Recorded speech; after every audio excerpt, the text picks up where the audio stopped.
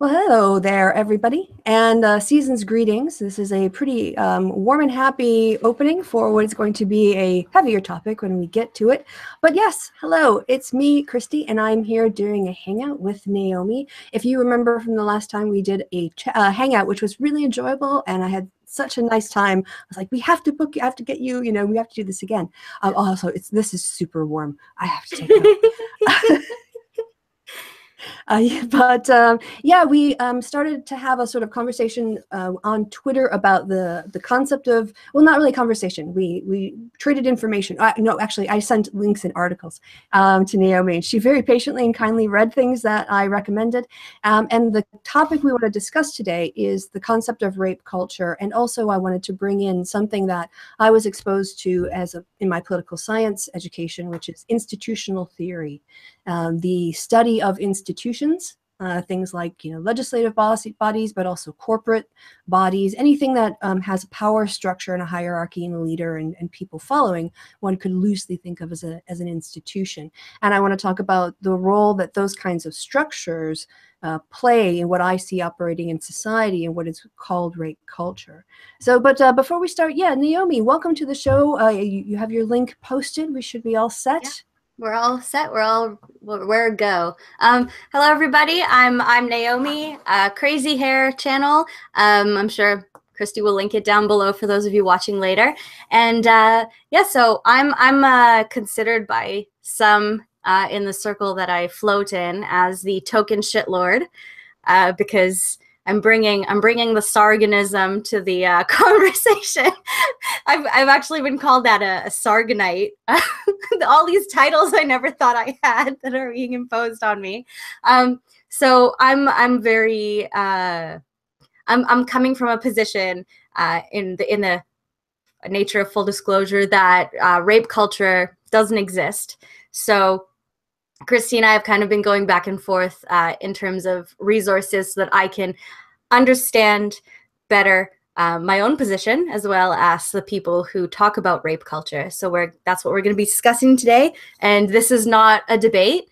There's not going to be a winner or a loser. Nobody is going to own anybody. There's no time. We're just throwing ideas around, and we're going to try and interact with the chat as much as possible. So hey chat, just throw questions or comments in there if you'd like us to touch on something, or if we've not spent enough time on something. And yeah, let's just two friends having a conversation. Yeah. And you're such a pro at that. I admired the fluidity with which you just kind of rolled that information out, and that was fantastic.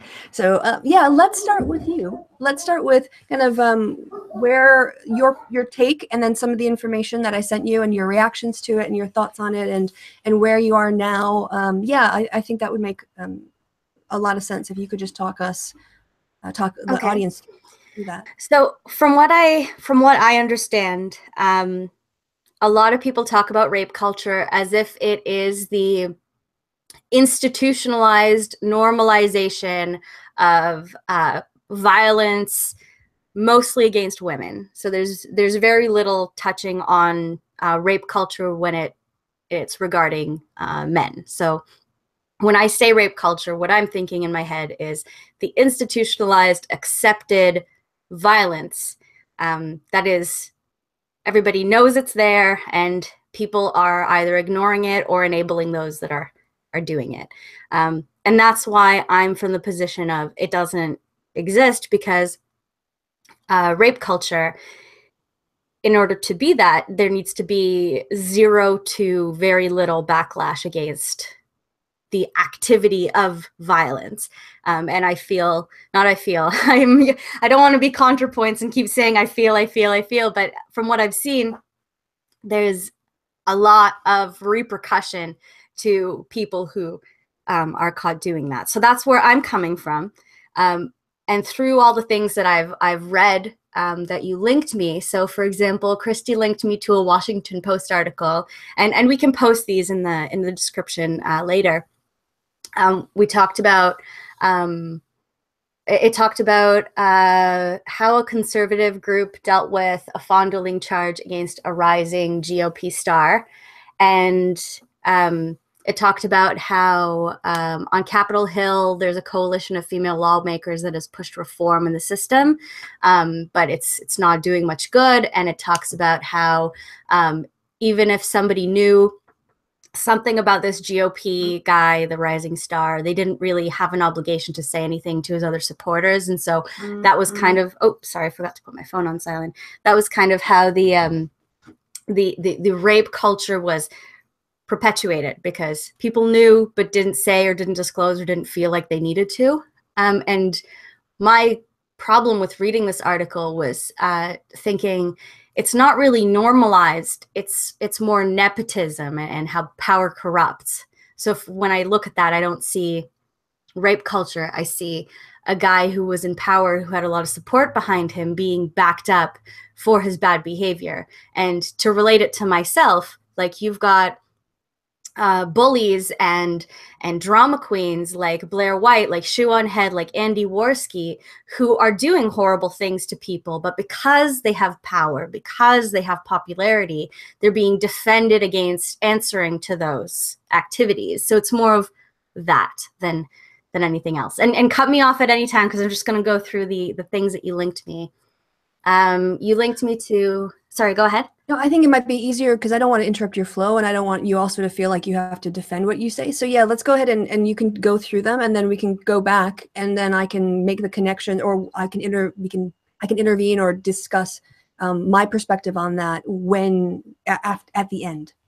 Sorry, I'm being very stumbly in my words. No worries. You linked me to an article about from the Dallas News that talked about 3 arrested hazing scandal in Texas school, and 10 boys were charged with sexual assault, one of whom had just turned 18, so he got to be punished as an adult. And it was known that the coaches, and I'm quoting, sanctioned these rituals while other school officials, including LA Vernia ISD and the school principal, athletic director, and coaches, turned a blind eye towards the abuse, even after the abuse was reported to them. And in 2013, a former teacher wrote, "I began to feel very professionally vulnerable as I realized that my supervisor was, in my opinion, based on my observations, more interested in keeping things quiet and peaceful than doing what was professionally responsible and ethical." And this is from another article that I looked up regarding the incident, because it really blew my mind that this kind of hazing could be tolerated by a school, especially because growing up, and I'm an old lady now, I'm 30, so growing up in school, like even before the days of social justice and political correctness took over the institution, I'm doing the quotation marks because it's just taken to like a level that I cannot agree with anymore. It's like, I'll meet you halfway at okay. So even then, if any kind of hazing was reported, or even there was like a whiff of abused people before they can fit in for the lulz, it was shut down pretty quickly. So I was shocked by this. I looked into the story, and it seemed, I mean, part of me would always be really, really jealous of all the stories that my parents had to tell of when they went to university and they were hazed, and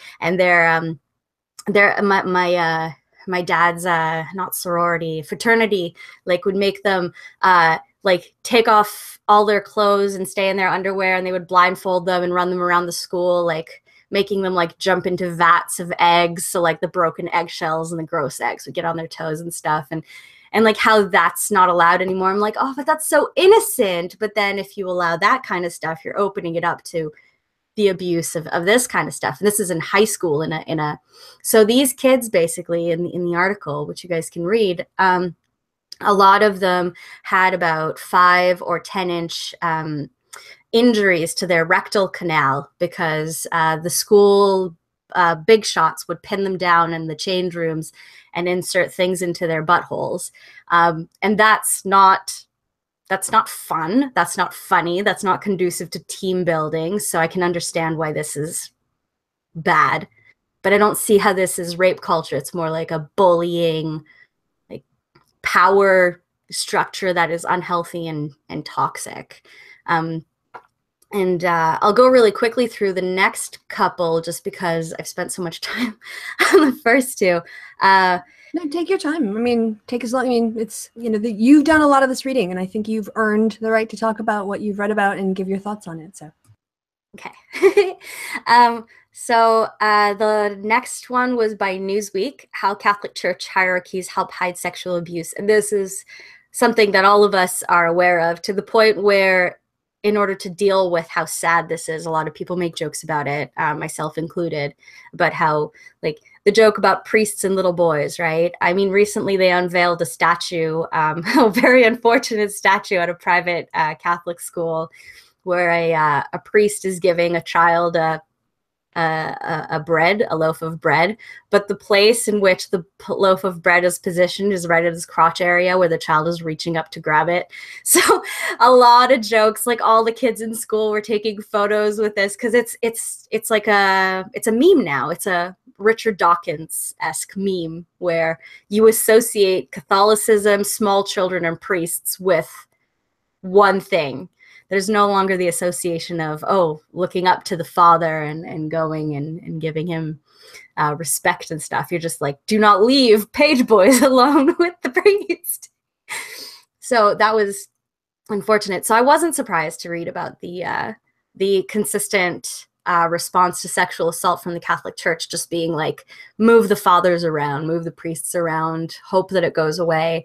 And there's a lot of corruption coming out of Rome that is, it is institutionalized. If anything, if I can get behind anything being rape culture, being institutionalized, accepted violence that is hidden and covered up, the Catholic priest or just like the religious figure and small child abuse, like, is definitely something I can get behind, like 100%.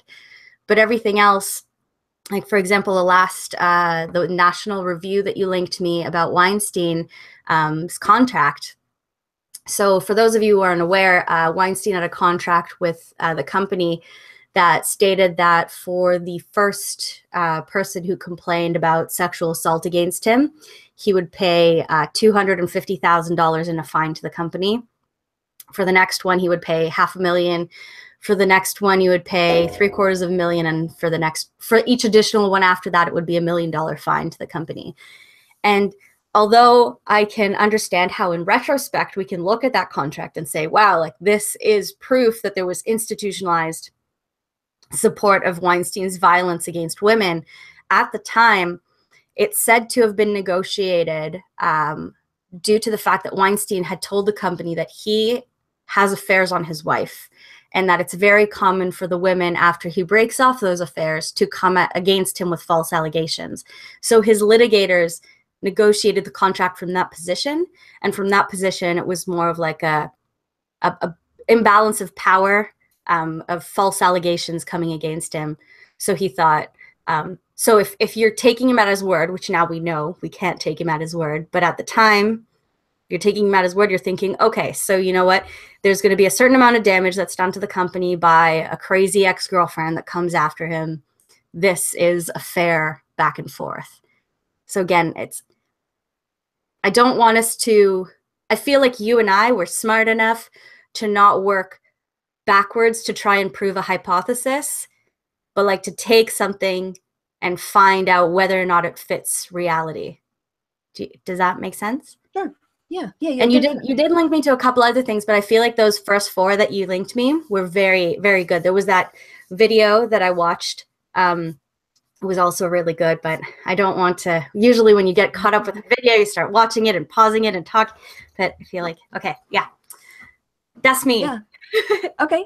So in response or in reaction, what I would say is, I think that when people set up the concept of rape culture, there is this assumption, some of the assumptions that go along with it don't actually fall into the definition. So what you were saying about attitudes toward rape or attitudes toward sexual assault have to be X in order for there to be a rape culture. And I don't think that that's a part of any sociological definition, because and also we've talked maybe a little bit about the problem of academic terms drifting into the popular discourse and how they can be sort of misunderstood or not used in the same way that they're used by academics, the academics who create them.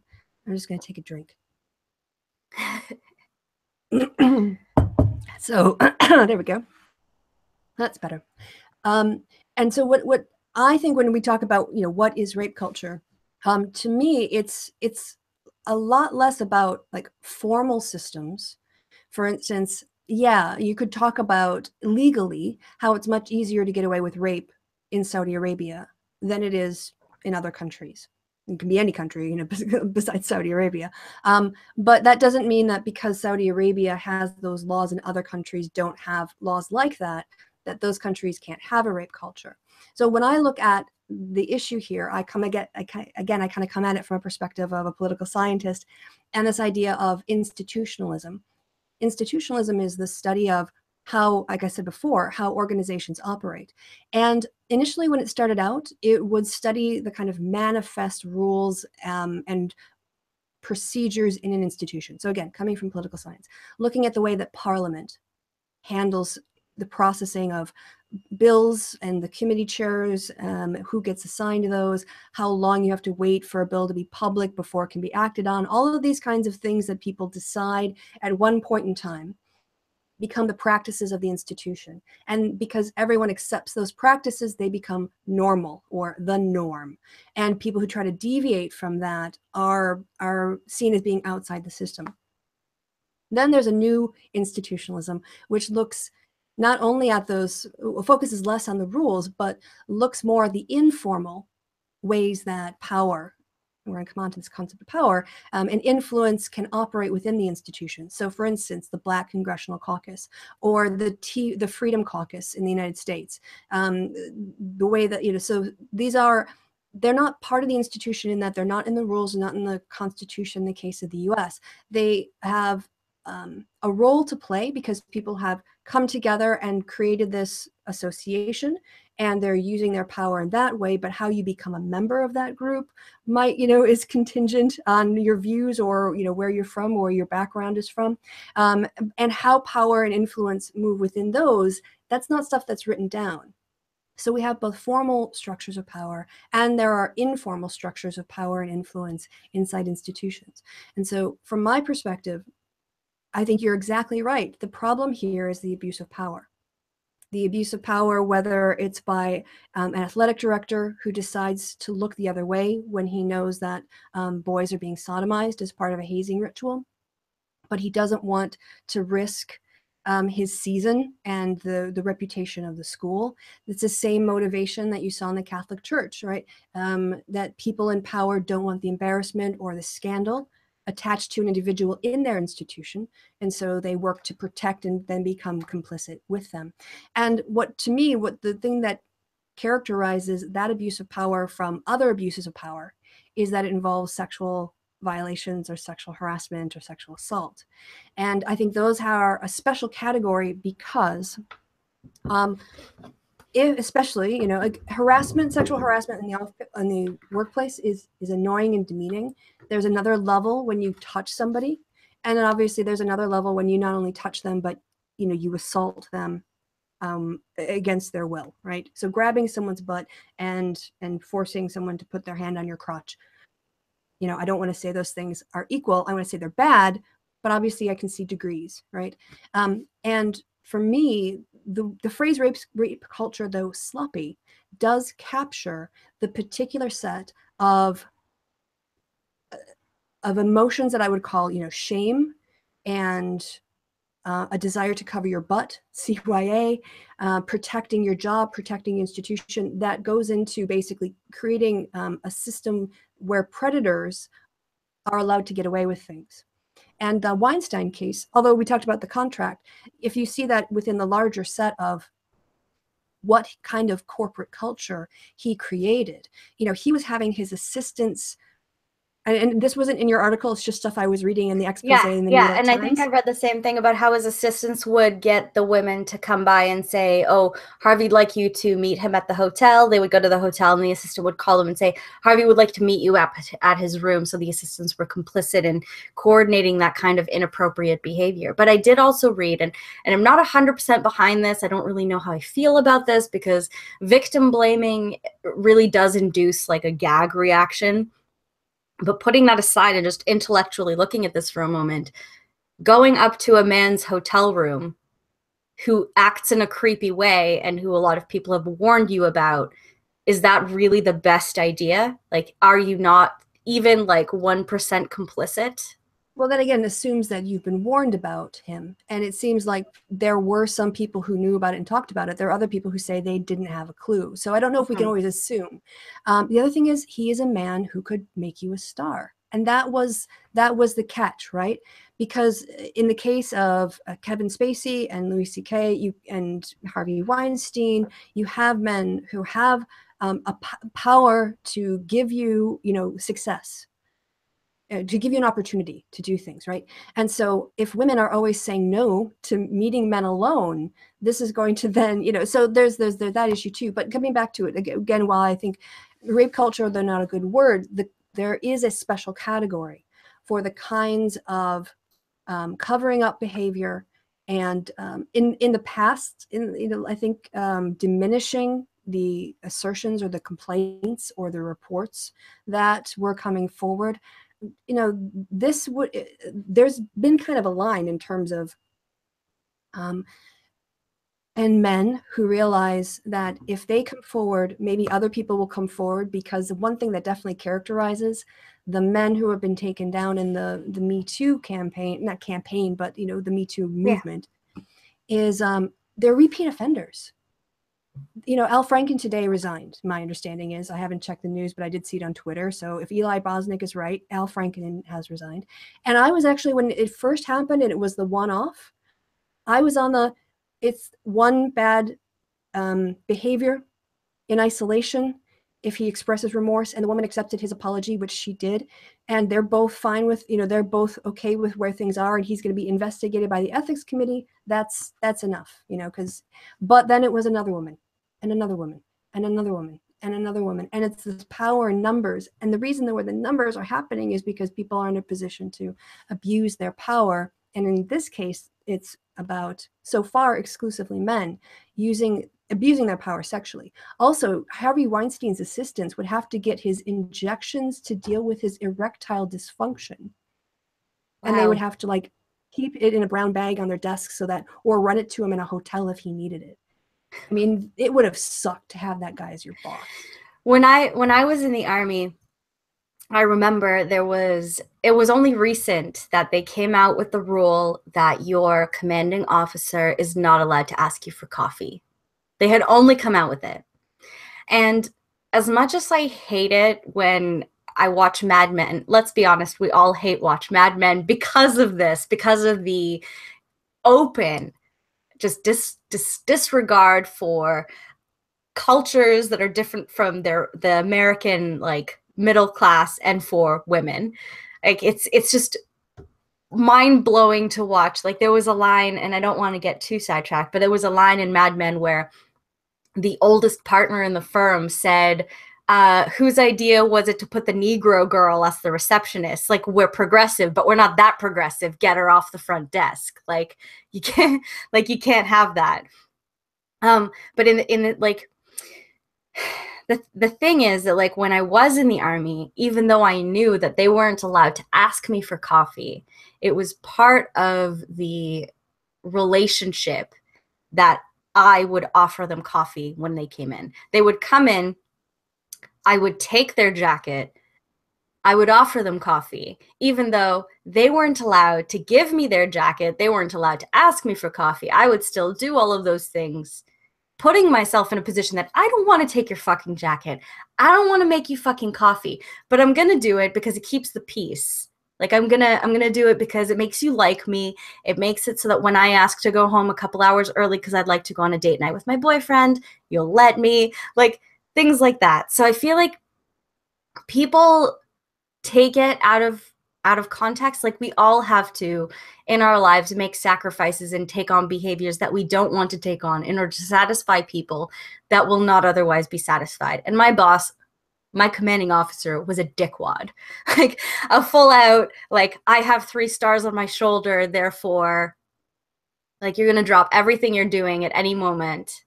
I remember there was this rule. Like, and just for those who are not familiar with like the way that the Army is, in order for anybody to access another base via vehicle, you need to have not only that person approved to enter that base, you have to have the vehicle approved to enter that base. Having the person approved, no problem at all. You call the right person, you get them on a list. It's not an issue. Getting permission for a vehicle to pass through is a ginormous pain in the ass.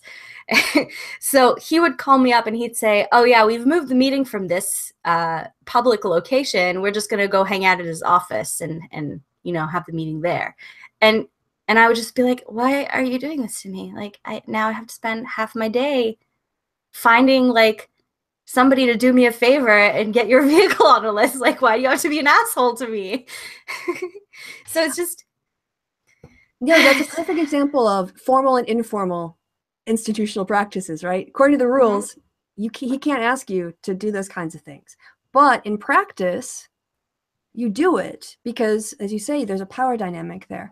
And I worked in politics, and one thing I learned, it didn't take me too long, was that if you really want to judge a person's character, don't do it when they're around for politicians. What I saw, I didn't do it based on how they acted in front of their voters. I looked at how they treated their staffs. Yeah. And people who are awful to their staffs generally were awful people, because again, there's power there, and how you wield that power is a reflection of what you are like inside. And that I think is very revealing. And again, so I think we completely agree here that there's an issue. I'm not saying power is inherently bad. You need power. You need people in charge to run shit. I'm sorry. You just can't have a collective where everything is done by committee. You need some executives. But oh my God, guys! Kristi Winters just opposed cultural Marxism, guys. Yeah. Oh no. But on the other hand, then there's the flip side, which is making sure people in power don't abuse that power. They don't go over those lines that the institution grants them and sort of takes more and more and more and more. And that's one is like, institutional power. Then there's also money. Money itself is a form of power. Yeah. Right? You can use it to buy people off. You can buy it in Harvey Weinstein's case. You can use it to hire people to smear your enemies in order to keep stories out of the paper. And so, yeah, there's a whole issue of power. I don't want to disagree with that part of it at all, because I think part of rape culture is about the decisions that people in power make around issues. And this is it. I would actually call the U.S. Any prison system where there is systematic inmate rape. A rape culture. Absolutely. Isn't that why I've been told, I have no sources for this, but I've been told that the term rape culture was originally created to describe the inmate power structure that would perpetuate rape, and how people are very comfortable saying, oh, that pedophile is going to prison. Good. I hope he gets what he deserves. Yeah.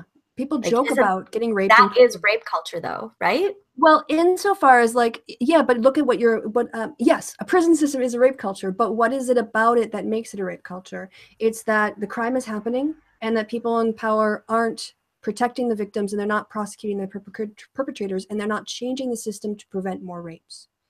And that's also what I would say you see in the Catholic Church, right? I think on a smaller scale, on a less grand, a policymaker scale, but I think that is the same logic at work in that high school. And I think it was the norms of the Harvey Weinstein company to protect him so he could prey on women. So I think, again, I understand why people have objections to the term itself, but the problem that we're talking about, like you said, that it's easiest to see in prisons. It's absolutely, that's why I always start with this discussion usually of prisons and the Catholic Church now when I discuss it, because it's the one we all recognize. And yeah, bad on us as a society for even laughing about people getting raped when they go to prison, because you don't go to prison, you're not sentenced to rape. You're sentenced to years of your life, and so I think that you're right. The fact that's the most classic example, and it's the one that I think is probably the most normalized, because people are comfortable with the idea of rape being used as a punishment, not necessarily through a formal practice like a sentence, but through the informal practices that exist in the prison system. And this is a completely different conversation, just the idea of prison. My uncle, my aunt, my mom's sister, she married a, a Northern European. So like all of that Baltic region, they're very different in their culture. And so he's from Denmark, and in their prison system, it's amazing. Like it's all about rehabilitation. It's all about taking you and figuring out what part of your core programming is fucked to make you commit a crime and think it's okay, or what part of it like caused you to act in that way, and then fixing that problem, or making you see the world in a different way so that you don't reoffend. But in most other countries, like I'm not kidding myself. If I were to commit a crime and go to prison here in Canada, as nice as we are, I'd be treated like shit by the guards. I would be fed horrible food that is not nutritious. I would barely get any time in the sun. Like it would be, and that's the horrible mentality that we have of like punish them and then punish them while they're being punished. And it's like, it's not conducive to rehabilitating people. And so the prison system. Yeah. And what do people do when they go to prison? Well, you know, if they've got a felony in the record, they have a harder time getting a job. Mm-hmm. So they flounder, they fail, and then they fall back into the life that led them to that position in the first place. And so, yeah, we're just spending money putting people up and making them miserable, and then they go out and make other people miserable. So we put them back in a room to make them miserable. But it doesn't make sense.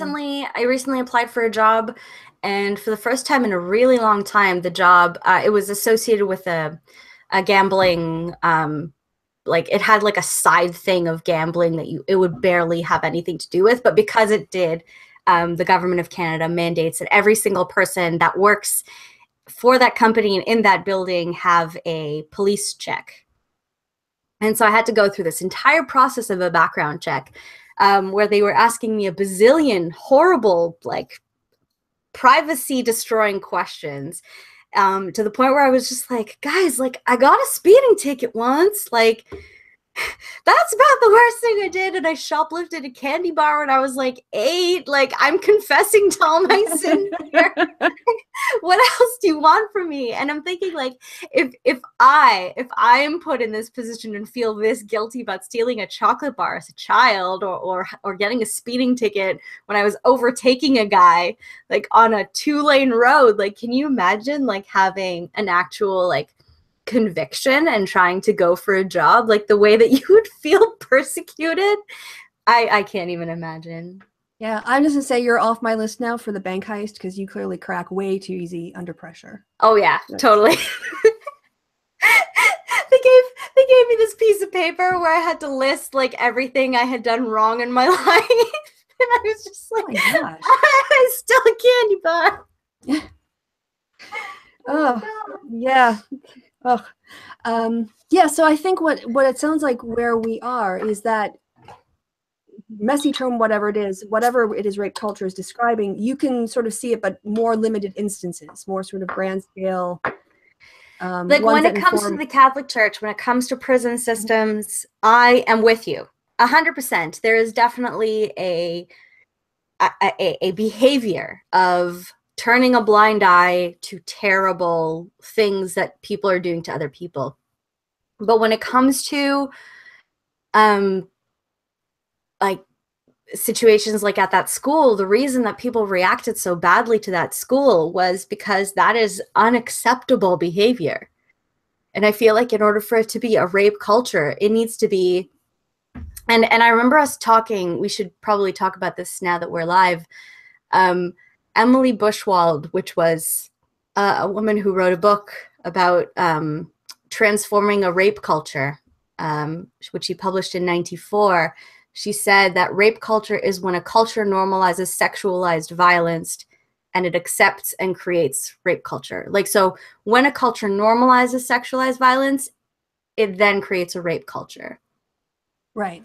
And where we call what we're disagreeing over is what constitutes culture. So I would say, and I think you understand my position, so I'm not trying to convince you, I'm just restating it, that inside that athletics department, with those staff and those students and the years that went by and sort of as the boys came through. I would call that a culture.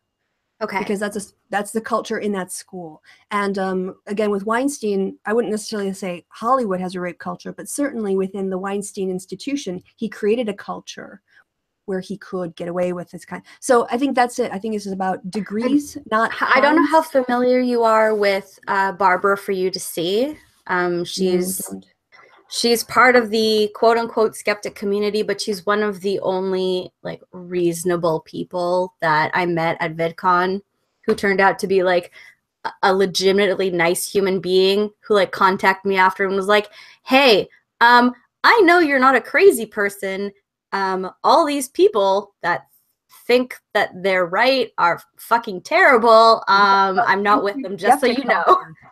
Like, yeah, and I was like, YouTube skeptic culture. Yeah, you're a great person. Thank you for acknowledging the fact that, you know, you're not a stupid sheep that's going to follow the herd. Congratulations. But when she talks about, and she's an aspiring actress and she's in acting school, and because her visa in the United States states that she can only work in her field of education, she's put in that horrible position where she can't get a barista job because she must be in acting or be in production. Or so she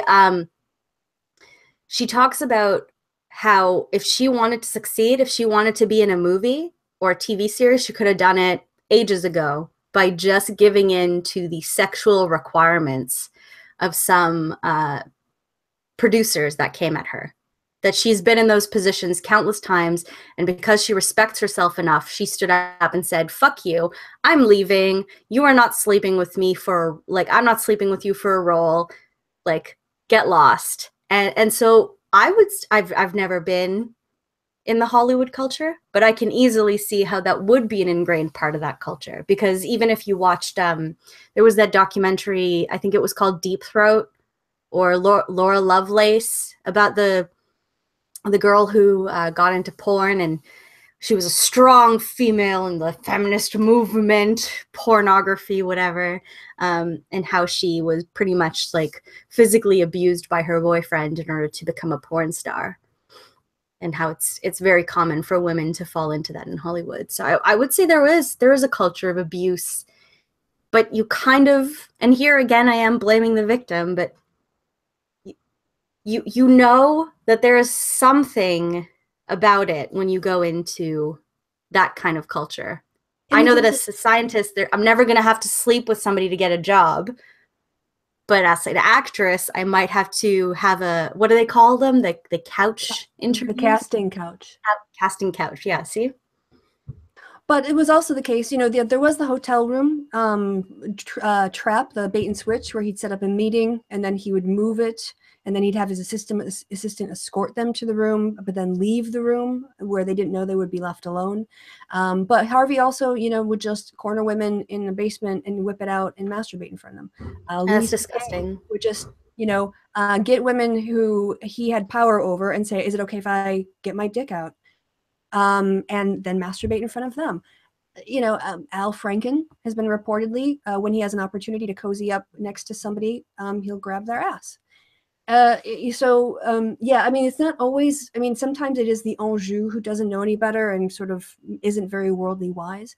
But there is also, Matt Lauer had a lock put on his door that he could push a button under his desk in order to lock the door, to lock women in. So this kind of predatory, fucked up behavior, I think, yeah, and women are told women are told to take care of themselves and be safe, which I agree. Then we're also yelled at if we say that we are suspicious of men when we're walking down the street, because then we're being sexist, which I'm like, look, either you have to be afraid of every guy you don't know on a dark street, or you don't. But don't tell me to protect myself and then tell me if I'm judging people on a dark street and assuming the worst to protect myself, that I'm a horrible sexist person. I don't get that. That's a tangent. I wanted to, I just decided to have that rant though. And so it is those kinds of, I think, whatever we want to call it, you and I both agree that like what Matt Lauer did or what Bill O'Reilly did, what men who abuse their power, not to go after women on their own level, but to go after junior women within their own networks or their own workplace, or women who are more vulnerable, that is a problem, just full stop. But then if these, and maybe this is where I would go farther than you, in the case of their employers, that if they're getting away with it, that says something not just about the perpetrator, but about the company that's protecting him. So yeah, I think, there is, like I said, women should be safe, men should be safe, and we've been framing this mostly in terms of women victims, but obviously with the Kevin Spacey thing, we can see that this isn't just an issue of men preying on women. It's an issue of power. Yeah. And I can see it.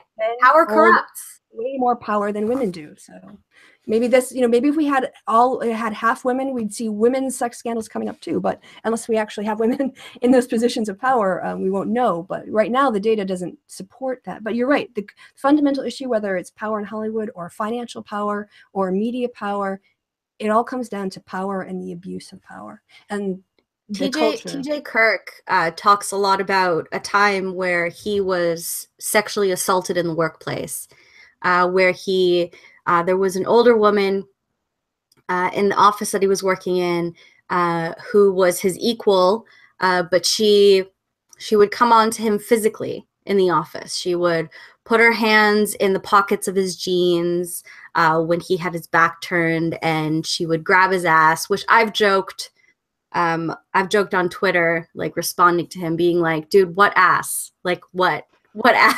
Don't make me laugh at that harassment. But like, it's true. Like, that is sexual harassment. Yeah. But it takes a back seat to women's claims. And I mean, I myself have a story like this, and I talk about it in my Not Me video, where there was a field technician in the lab that I worked at. So him and I had the same boss, but he wasn't my boss. And how he would tell me stories that were completely inappropriate about his marriage and his wife, and how they weren't sleeping together. And he would comment on the men that I was dating and how they were boys and he was a man, and he would treat a woman like properly. He never came out and said, I'd fuck you better than they would. But his comments were completely inappropriate. So I, being the strong, independent woman that I am, said to him to his face, listen, dude, like, not cool. What you're saying is not cool. It's making me feel uncomfortable. Please stop. And he would laugh it off and say, like, oh, ha, ha, ha, and then keep talking to me like that. And so when I realized I couldn't get him to stop, I went to my boss, our collective boss, and said to him, like, can you talk to him and tell him what I said, which is, I'm not comfortable with those comments. Just stop. Like, I don't want anyone to get in trouble. I just want them to stop. So my boss said to me, and I'll never forget this, he said, I'm a scientist, not a social worker. Work your own shit out. And he said that if I had a problem with his response, I could go to his boss to sort it out. So I escalated it. And of course, my contract never got renewed. His contract kept getting renewed. So it's like, I understand women that feel disempowered, that think like, oh, because of the institutional power structure, like I was oppressed and he was let go. And I can understand the anger because I felt angry. But I also understood that like it's not an all boys club the way that they talk about it. It's more of like this person's been with us for 35 years. And yes, we have experienced women saying this stuff about him before, but he's retiring in 2 years. Like, what are we going to do? Pay him out for $200,000 to go early? Or are we just going to like not renew this girl's contract and like... See, for me, that is like your boss failed you. The company or whoever you're working for failed you, because it shouldn't. If you say something to a coworker and they ignore you, then that's why you stepped it up. I mean, you were strong and brave, and you went through something that's complete bullshit. Can I just say this? Yeah, it was. It's the bullshit that I would point to and say, okay, we want to say rape, but we want to talk about, yeah, this is it. Saying, oh, it's the victims that he's creating. He's retiring in 2 years. We've had all of these complaints. We didn't care about any of those women, right? We've driven them out of our industry because he's still here and they're not. right? We're going to protect him and cover his ass instead of covering the people that he's victimizing. That's precisely the wrong. That's the mindset that I think is shifting a lot now, from saying when a man grabs a woman's ass in the workplace, that's not a big deal. It is to her, right? It is to how she feels about herself, how she feels about how people in the company see her. It might also affect how other people see her. Oh, she's just a piece of ass, so they won't take her seriously. The damage that it can do to her career by having that happen is serious, and that's why workplaces need to be fair. If you want opportunity, equality of opportunity doesn't mean anything if the system is rigged once you walk in the door. Anyone can walk in the door. The question is, are you on the staircase or are you on the escalator, right? And they put you on the staircase, and they put that asshole on the escalator. And I think that it's that fundamental injustice that winds me up, to be honest. What I was really shocked by was the fact that, and the reason that I escalated it was because I honestly thought this was gonna like not happen here. This is a government of Canada job in a government of Canada workplace office. Like, my mind was blown by the reaction. I'm like, what? This is the government of Canada, the same government of Canada that talks about like equal rights and equal opportunity and justice in the workforce, and then this is the way you're treating me, that like this. Right, exactly. It's bullshit. And I think that guy should have been disciplined, and tell him, you know what, you're not a social worker, but you do have a responsibility. We pay you more money than other people to make sure shit like this doesn't happen. That's part of your job. When you're a supervisor, you need to make sure that everybody you're supervising is in a good place, right? And if someone is feeling sexually harassed and you're rebuffing them and tell them to solve it yourself, you've just failed. Why are we paying you? What are we paying you this extra money for to supervise? You're not doing shit. So I'm sorry, I'm angry on your behalf here. No, that's okay. At the time, I was angry. I even remember after it escalated, before they decided to just not renew my contract as a solution, I remember my boss finally stepped up. He finally stepped up, and he said, he like took me, and he came into my office. You can call it an office. It was like an open concept type of workspace thing, it was like a 7-foot distance between my desk and this guy's desk, right? So like, my boss comes in and he's standing at my desk and he's trying to talk to me about this. And I'm like, can we like go somewhere more private to talk about this? And he's like, okay. So we walk down the hall to like an empty office, and I go inside and I ask him permission to close the door. So I did. And then we're talking, and he says to me flat out, he says, I need you to go to so-and-so and make peace. And I'm like, get the fuck out. That's what I was thinking. Fuck out of here. I was like, are you serious? Have you talked to him? And he's like, yeah, I've talked to him. He says that you're being unreasonable. I'm like, now you're choosing to get involved after it's been escalated. I think you should have reported this place. It sounds like it's a toxic work environment, right? It's the government of Canada. There's no, like, who are you going to go to? The government of Canada? Well, no, I mean, but this is it. Like, then it becomes your job, right? You have to escalate it, and you have to file the reports, and you're the bad guy, and you're the complaining woman, and you're the whiner, and you're the victim. When the fact is, you just wanted to do your job. Yeah, that's all I wanted. I just wanted to get through like 9 to 5 without being told that he went on vacation with his wife. She wanted to go see the turtles. He did not want to go see the turtles. She did not want to have sex with him before they went to see the turtles. He didn't get laid, but he still went to see the turtles. And I'm like, I just don't want to hear about it. That's it. I just don't want to hear about how your wife has not had sex with you in 6 years. Like, that's all. It's not too much to ask. Like, I'm starting to relate to your wife. Oh my God. So yeah, I mean, I think that's exactly the sort of thing that it is the Mad Men mentality left over from that guy, having a space where women could be talked about like that, and then women were talked to like that, and without consequences. And this is one other thing I wanted to bring up was the problem of HR. Right? If you go to human resources, like TJ's example, right? If his colleague is having a problem with him, and he wants to make a report with HR, and it doesn't matter really who the victim is in the HR's eyes, right? HR is there to protect the company. Yeah. And not that's the something that you employees. learn early on when you start in the workforce. And I really wish they would teach the younger crowd that are in university that that's the way it is, that High HR is school. not there for you. High HR is school. there for the company. Yeah. And because like I remember when all this was going down, I remember I had already learned that HR wasn't there for me. So I had asked them if I could have my own advocate come.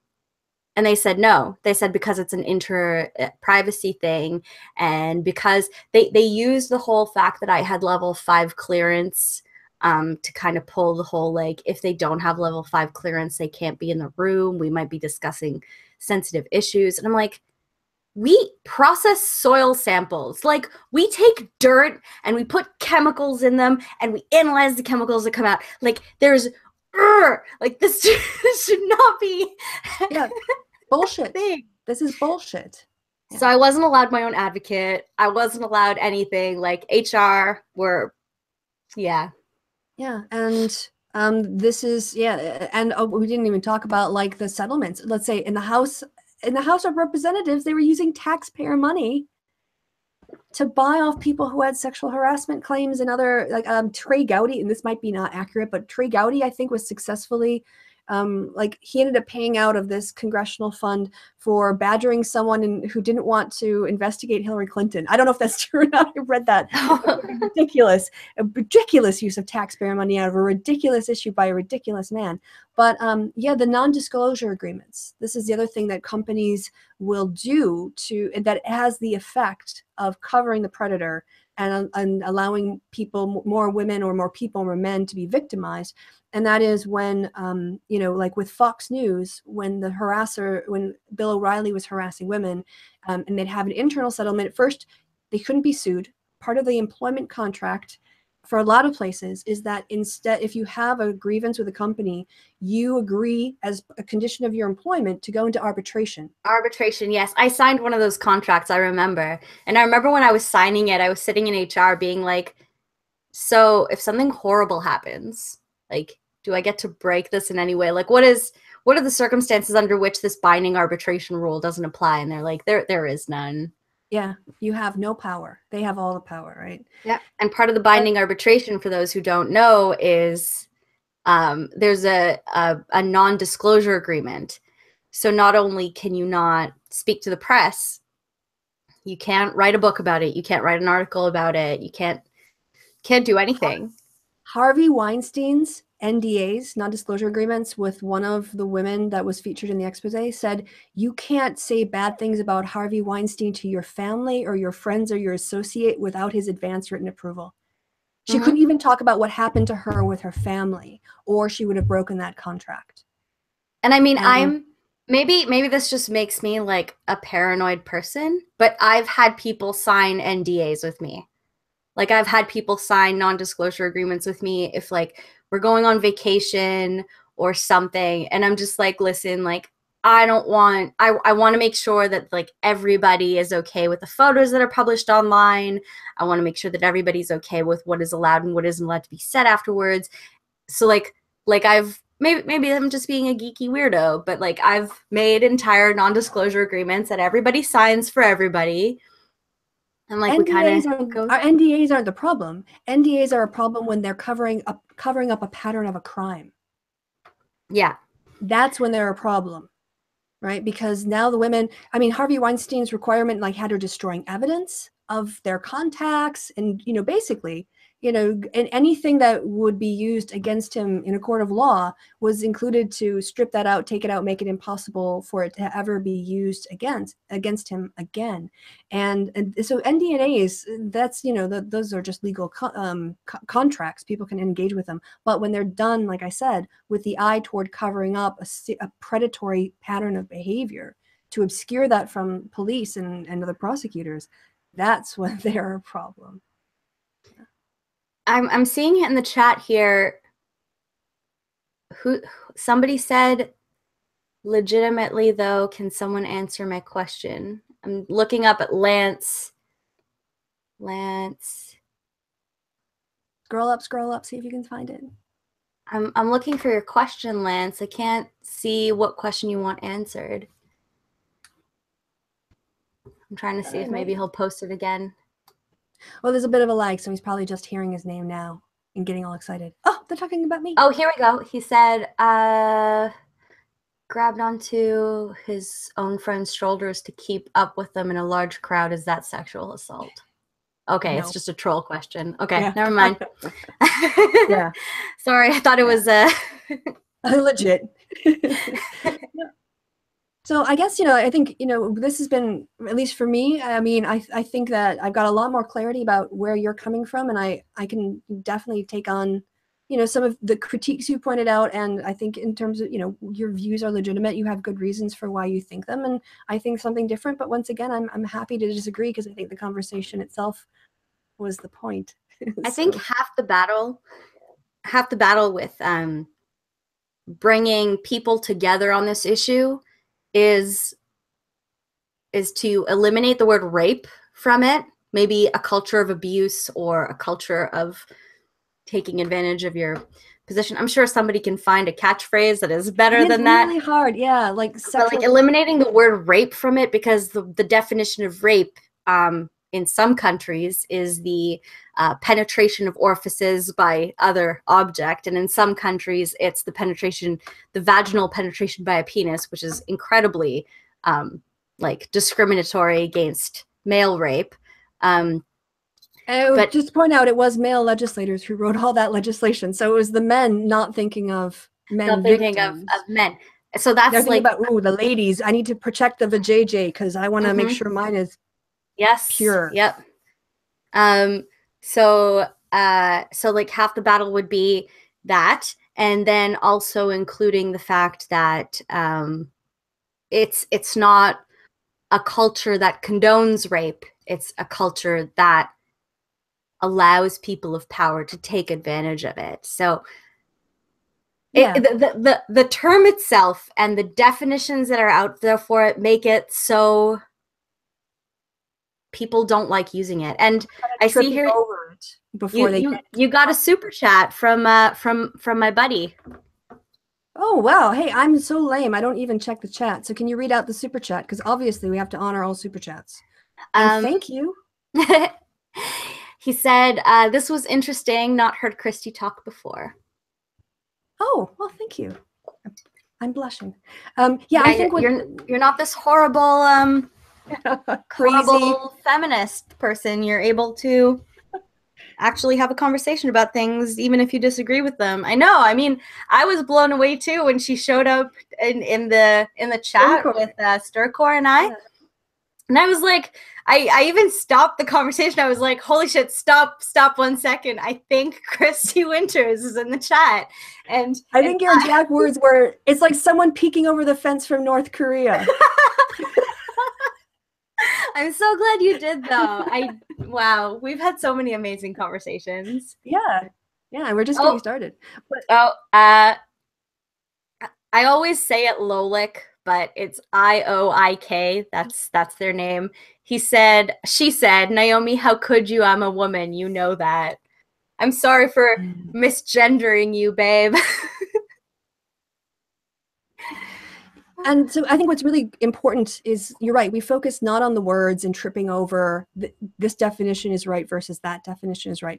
We kind of went to, what are the patterns of behavior that are going on here, and what are the problems with the patterns of behavior that we're seeing going on here. And I think that's the first step, is just to see there's a problem. There was somebody, I know, it was something on Facebook that I was watching, and they were talking about how, 50 years ago in the United States, a white guy if you came back from the war, you served your country and you served the war and you were white, you got the GI Bill, so you got to go to college, you got subsidized housing, there was Social Security you could count on for your retirement, you could make enough at your manufacturing job where you did some routine work, but it made enough for you and your wife and your kids to get by.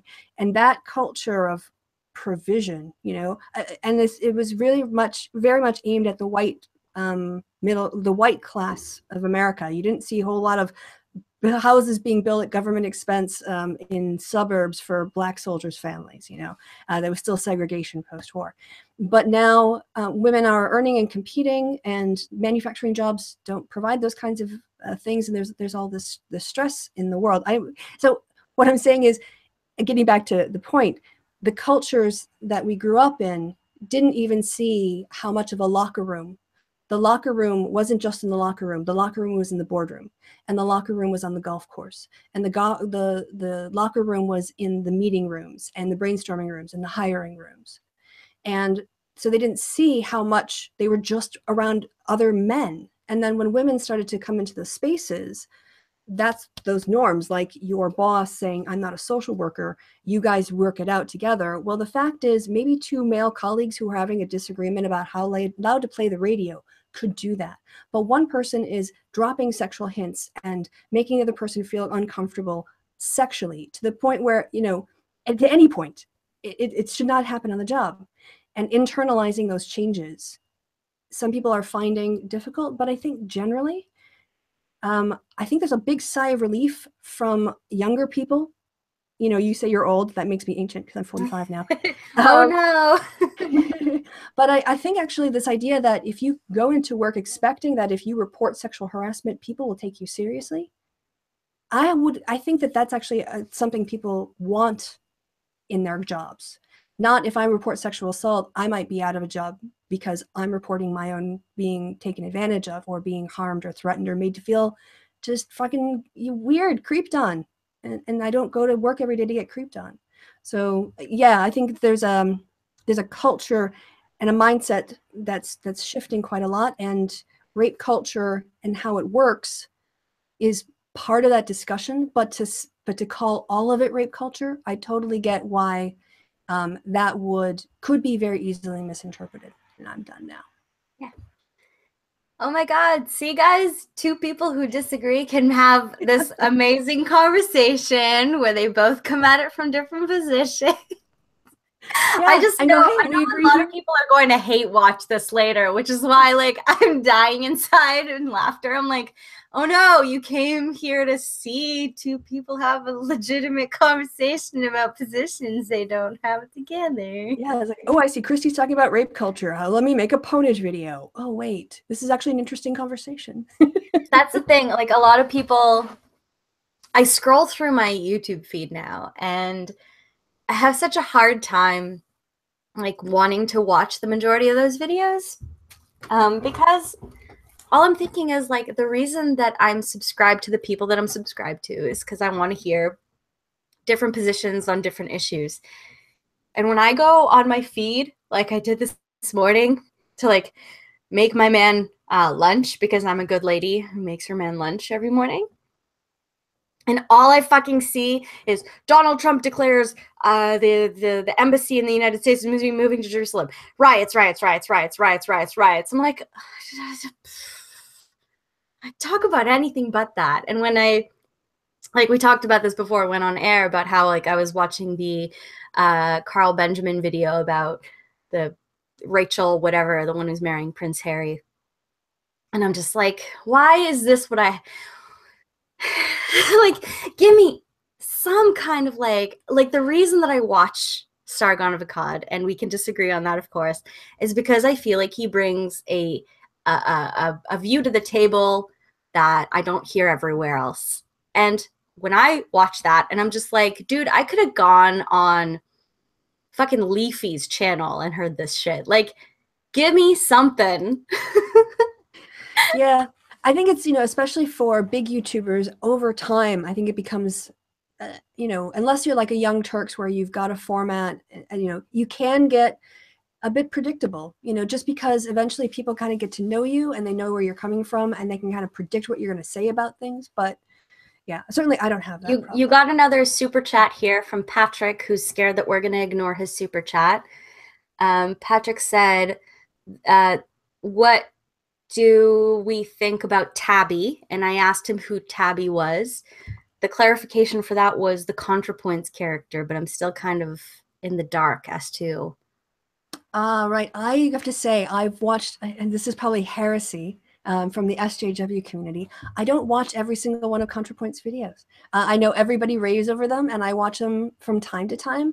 I think maybe what the reference is to the character who plays the alt light maybe, I don't know. See, this is it. Like, I don't actually keep up with her channel as much as I should. Patrick, why don't you clarify that for us? Like, what is Tabby's character, and what do they stand for? And what does it have to? Yeah, is it connected to the topic, or is it just like a rando kind of question? Yeah, I don't want to miss his question. I don't want to miss anybody's question, but yeah. I'm a terrible person. I'm not wearing my ring right now because it's at the jeweler's. It's getting taken down by 1/4 of a size because I'm a anal pain in the ass. But I got engaged a few days ago. Congratulations. Everybody keeps congratulating me, but I keep telling them that I didn't do anything. Like, he planned the proposal, he planned the engagement, he saved up for the ring. Like, I did nothing. Everybody should just be congratulating him. Also, they should be telling him to run for the hills, right? Because I'm a psycho. Well, I think, yeah, the congratulations. No, it's a fantastic thing. It's I think it's, being an atheist, I actually think human rituals are more important. And so the asking and the acceptance and the ring and the announcements, these are steps, that you take to do that formal coupling where you guys are going to be recognized as husband and wife. And I think it's really lovely and beautiful. And so actually another friend of mine got engaged. My favorite part is that he didn't ask my father for permission. Good. I was just like, yes. Your father doesn't have any opinion on the topic. Exactly. I'm like, I was hoping that he didn't, but then I found out that my parents didn't even know, and I'm like, yes. I fucking hate that in movies when the guy's like, can I please like have your daughter? Like, fuck you. Like, you don't get to ask. Yeah. What does he have to say about it? He's not going to live with you. He's not going to have to smell your feet and wake up next to you with morning breath. Why does he get to say? It took me 24 hours to like actually get a hold of my parents because they're weirdos. To be like, hey, I got engaged. Can I announce it on Facebook now that I actually told you guys? So you don't hear from my aunt. Yeah, because right after, of course, we get assaulted with the questions of like, when's the wedding? Who's the bridesmaid? Are you gonna keep his last name? And I'm like, fuck no, I'm not gonna take his last name. Fuck that shit. I'm keeping my own. All right. That makes me a bad person. But we're totally off topic now. I don't know. I think retaining your identity, how can that be bad? I mean, I don't really personally I don't judge women who take their husband's last name. And I don't judge women who don't. And I don't judge men who hyphenate and take the last names of their wives and their own, which two of my friends have done. I wouldn't ask him to do that. I've only ironically asked him to do that when he's asked me if I'm going to take his, because he's the only like son. So I wouldn't be like, okay, you got to take my last name. Like, your sister's not going to perpetuate your last name. So, well, who knows? She may be really forceful and be like, nope, babies, if they're coming out of me, they got my name. I'm hoping that, like, because I'm hoping that her son, the family, might be changing his last name to Jordan's last name, just because, like, as a fuck you to the biological father, I think. But I'm not involved in that family politics too much.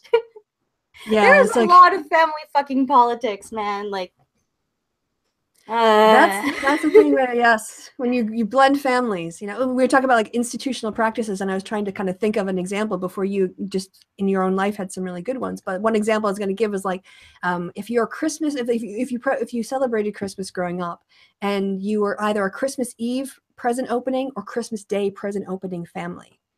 As long as, like, if you knew other people that were the same, it was fine. Your schedules would work out. But that first time that you met, someone like, oh, we wait till Christmas Day to open our presents. Like, yeah, we're Christmas Eve opening, and then you're like, oh, people do it differently.